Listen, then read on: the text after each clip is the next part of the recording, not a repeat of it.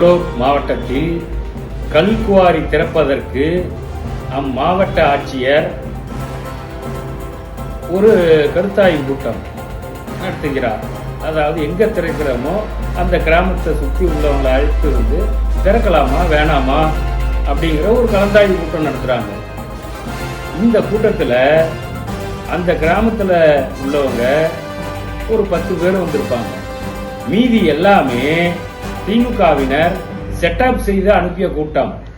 Quarter பிராந்தி, பிரியாணி, 500 ரூபா பணம் இதை கொடுத்து கூலிக்கு கொண்டு வந்தவர்கள். இவர்களுக்கு குவாரினா என்னன்னே தெரியாது, கிரசர்னா என்னன்னே தெரியாது. இந்த முறைகேடுகளை அரசியல் கட்சியினர் செய்கிறார்கள், அதிகாரிகள் அமுல்படுத்துகிறார்கள். இது குறித்து ஒரு நண்பர் தோழர் பேசுகிறார். திருநாவுக்கரசு இருக்க பாதி பேருக்கு எனக்கு தெரியும். நான் 20 கிராமத்திலிருந்து வரேங்க.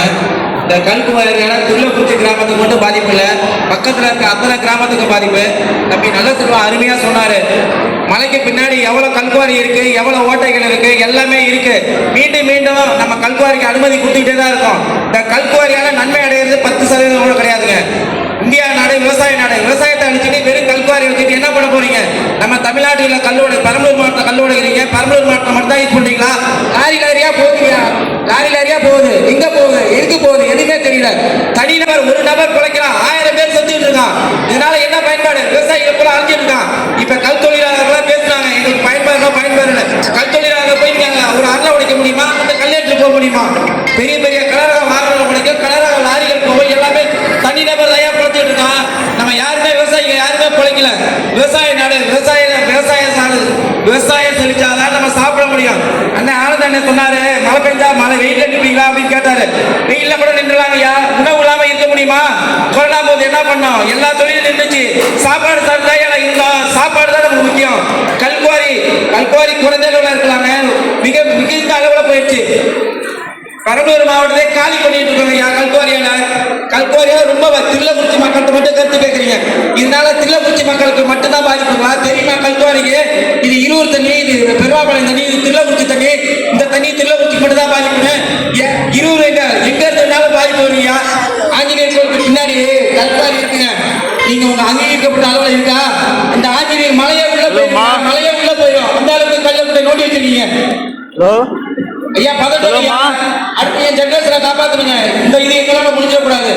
மீண்டும் மக்களுக்கு காலையில எல்லாமே உணவு அருந்திட்டு வந்திருக்கோம். உணவு முக்கியம், நீர் முக்கியம். எல்லாமே கிணத்து தண்ணியை குடிச்சிட்டு இருக்கோம். கிணத்து தண்ணியை குடிக்கிறோம்னா எத்தனை வண்டி வருது? எல்லாமே மினரல் வாட்டர் குடிச்சிட்டு இருக்கோம். இங்க இருந்து கேட்டுட்டு 9 மணிக்கு வெட்டிட்டாங்க, சீக்கிரம் போலாம்.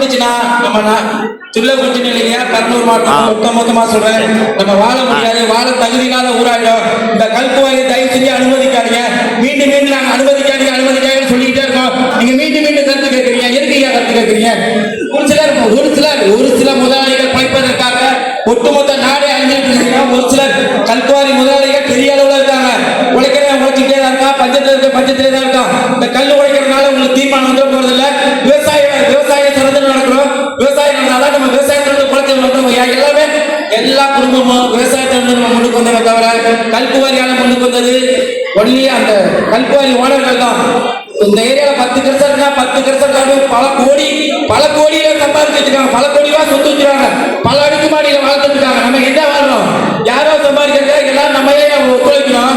கல்குவாரி தயவு செஞ்சு எங்க ஏரியால வேணாம். எங்க ஏரியால எல்லா பகுதியும் சொல்றாங்க, கல்குவாரி அனுமதிக்காதீங்க. மீண்டும் மக்களை தூண்டாதீங்க, போராட்ட குணத்தை உருவாக்காதீங்க. தயவு செய்து ஐயா, நான் எனக்காக பேசல, என் சமுதாயத்துக்காக பேசுறேன். வருங்கால குடிக்க தண்ணி இருக்காது, சாப்பிட உணவு இருக்காது, எதுவுமே இருக்காது. நீ யார் வெறும் கல்ல நீ திங்க முடியுமா? சொல்லுங்க. எவ்வளவு பிரச்சனை கல்குவாரியால, எவ்வளவு முன்ன எல்லாம் அகால காலத்தை வெடிச்சிருந்தாங்க. ஒரு சிலர் பிழைப்பதற்காக தயவு செய்து கல்குவாரி அனுமதிக்க வேண்டாம். எங்க திருநாவுக்கரசு 20 கிராமம் தயவு செய்து அனுமதிக்காங்க. மக்களை கொள்ளாதீங்க, விடுவிச்சு கொள்றீங்க. இதே மக்கள் தான் சில 1.5 years முன்னாடி கற்பக மேடம் இருந்தாங்க நினைக்கிறேன், கல்குவாரி வேண்டாம்னு சொல்லி வந்தாங்க. இப்ப இதே மக்கள் எல்லாமே கல்குவாரி வேணும்னு சொல்லி வந்தாங்களா? அவங்க எந்த நோக்கத்துக்காக வந்திருக்காங்க, ஏன் வந்திருக்காங்க என்னாங்க அவங்க உள்மன சாட்சிக்கு தெரியும். நான் யாரையும் குறிப்பிட்டு சொல்ல விரும்பல. அவங்க உள்மன சாட்சிக்கு தெரியும். கல்ல நம்ம சாப்பிட முடியாது. அரிசி விளைஞ்சாதான் சாப்பிடலாம், வெங்காயம் விளைஞ்சாதான் சாப்பிடலாம். வெங்காயத்தை வச்சு அரிசியை திங்க முடியும், கல்ல திங்க முடியாது இல்லையா? தயவு செஞ்சு யாரும் அதுக்கப்புறம் உங்க தனிப்பட்ட விருப்பம். அனுமதிக்க வேண்டாம். அனுமதிச்சீங்கன்னா உங்க தலைமுறை பாதிக்கும். கல்லுக்குவாரி ரொம்ப மோசமான நிலைமையில நம்ம ஊர்ல இருக்கு. ரொம்ப ரொம்ப ரொம்ப மோசமான நிலைமையில இருக்கு. ஆஞ்சநேயர் கோயிலுக்கு பின்னாடி ஆஞ்சநேயர் கோயிலை தகர்த்து தள்ளினா கூட அந்த கல்குவாரி மூட முடியாது. நீங்க கிணறு இருக்கு. இப்ப நான் ஒரு 20 அடி வெட்டிருக்கேன், அண்ணன் 30 அடி வெட்டிருந்தாருன்னா அந்த 10 அடி விஷயத்து அவர் கிணறுதான் ஊரியா, கிணறு ஊராது. கல்குவாரி 500 அடி 1000 அடி வெட்டிட்டாங்க. எப்படி கிணறு ஊறும்? எப்படி ஊறும்? ஐயா தில்லக்குறிச்சி அழிஞ்சிடும். அப்புறம் உங்க ஊரை மேப்ல தேர்ந்த மாதிரி தான் வரும். நீங்க கல்குவாரி அனுமதிக்கிறீங்கன்னா சோமாலியாவா மாறிடுவீங்க. நன்றி, வணக்கம்.